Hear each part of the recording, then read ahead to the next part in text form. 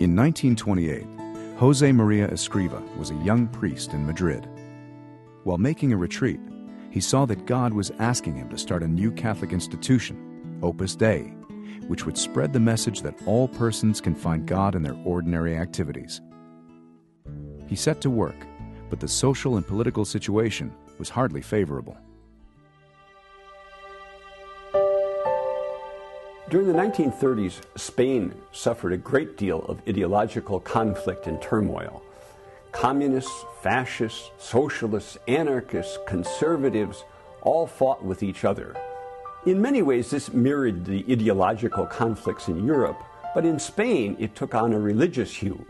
Many of these groups saw the Catholic Church as a major obstacle to their plans for social and economic revolution, and therefore there was a great deal of anti-clerical violence. Growth was difficult and slow. By 1936, Opus Dei still had less than 20 members and only one small university residence in Madrid. And while Father Josemaría was planning to expand to Valencia and Paris, the situation in Spain became dire.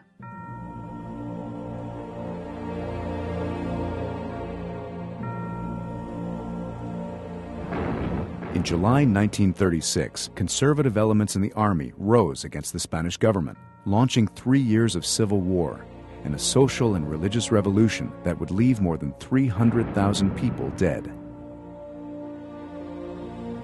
The military coup failed in Madrid and in most other large cities, but revolutionary violence broke out throughout the country. In Madrid, churches were sacked and burned, and a mammoth manhunt for priests and other prominent Catholics began. More than 7,000 priests and nuns would be assassinated.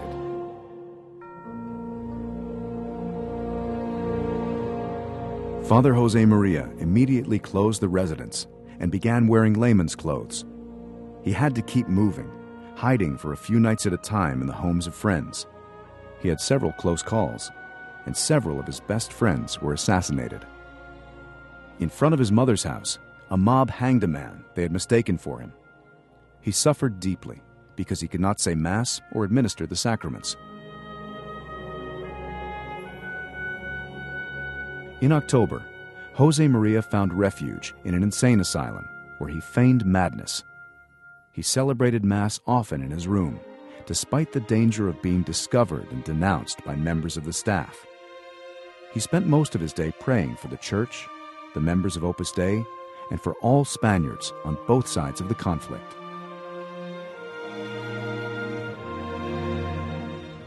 When the asylum was no longer safe, Josemaría found protection in the consulate of Honduras.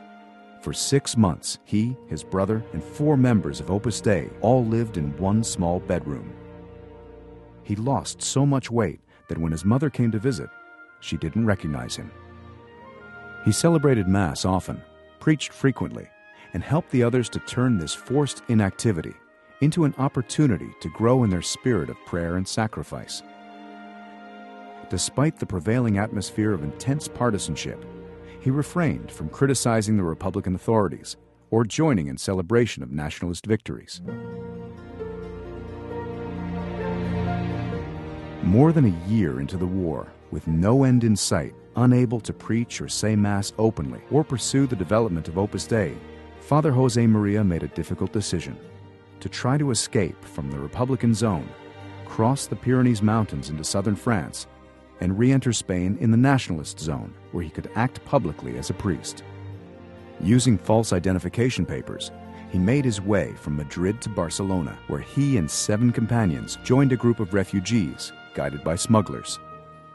The entire enterprise was extraordinarily dangerous. In Barcelona, militia groups constantly checked ID papers, and in the mountains, border guards had orders to shoot on sight anyone trying to cross the border. Once he got to the mountains, St. Josemaría was racked with doubt about whether he should continue on or return to Madrid to share the fate of his family and the members of Opus Dei he had left behind there. In the midst of that doubt, he asked the Blessed Virgin for a sign about what he should do, and he was given it in the form of a gilded wooden rose. With that, he decided to go forward. Nearly starved and weakened by months of inactivity, he barely survived the series of harrowing night marches through the mountains in the winter cold. Father Josemaría spent the remaining months of the war in the city of Burgos. He began re-establishing contact with people he had known in Madrid. He preached frequently, gave spiritual guidance to many people who visited him, and traveled widely to see those who could not come to him. During these months, he also wrote The Way, a collection of spiritual maxims that would become an international bestseller. At the end of the war, Escrivá was one of the first priests to return to Madrid. There he found the student residence in ruins and faced the task of building up the apostolic activities of Opus Dei all over again.